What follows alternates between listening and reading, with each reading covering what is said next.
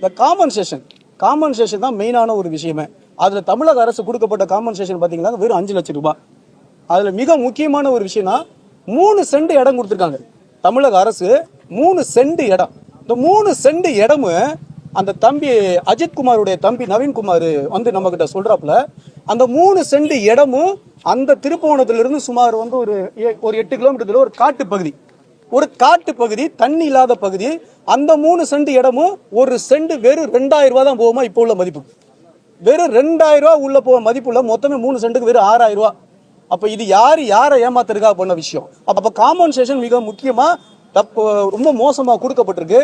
அதெல்லாம் சுட்டி காட்ட பிறகு அதுக்கு தான் நீதியரசர் என்ன பண்ணிருக்காங்கன்னா, இங்க லீலாவதி ஸ்டேட் ஆஃப் பஞ்சாப் அப்படிங்கிற ஒரு ஜட்மெண்ட்டை எடுத்து காம்பன்சேஷன் கஸ்டோடியல் டெத்தில் இறந்த நபர்களுக்கு காம்பன்சேஷன் வந்து சுமார் 20 லட்சத்துக்கு மேல வந்து கொடுக்கப்பட்டிருக்கு.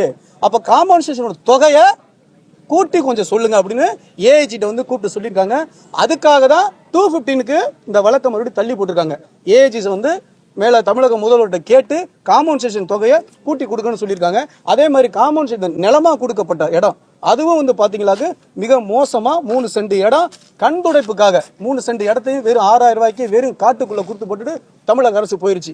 இது ஒரு அப்பட்டமா கஸ்டோடியல் டெத்து. அது மட்டும் சொல்லாம அந்த மாண்புமிகு நீதியரசோட அறிக்கை இருக்குல்ல, அந்த அறிக்கை பார்த்தா மிக கொடூரமா இருக்குது. அது மிக மோசமா இருக்குது. அது அப்பட்டமா இது கஸ்டோடியல் டெத் நடத்துக்கான விஷயமா தெரியுது அப்படிங்கிற இடத்துல பதிவு பண்ணாங்க.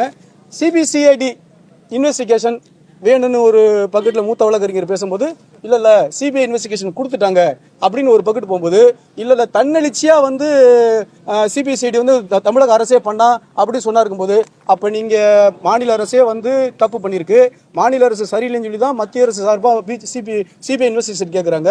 இப்ப தமிழ்நாடு அரசினுடைய தன்னெழுச்சியான ஒரு குற்றப்புலனாய்வு பிரிவு வந்து சிபிசிஐடி, மத்திய அரசினுடைய தன்னெழுச்சியான ஒரு குற்றப்புலனாய்வு பிரிவு சிபிஐ.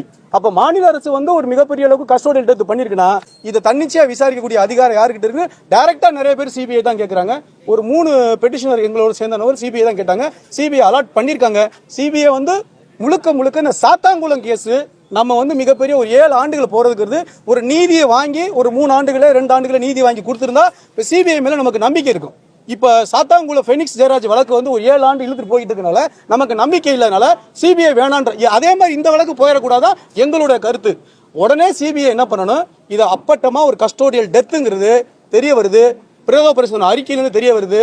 இந்த அப்பட்டமான இந்த கஸ்டோடியல் டெத்தை உடனடியாக சிபிஐ வந்து வேகமா வந்து இன்வெஸ்டிகேஷன் பண்ணி கூடணும். அது மாதிரி கடைசியா 28/8/2025 ஃபைனலா வந்து அறிக்கை தாக்கல் பண்ண சொல்லி 28/8/2025 ஃபைனல் அறிக்கையை தாக்கல் சொல்லி உத்தரவு போட்டிருக்காங்க.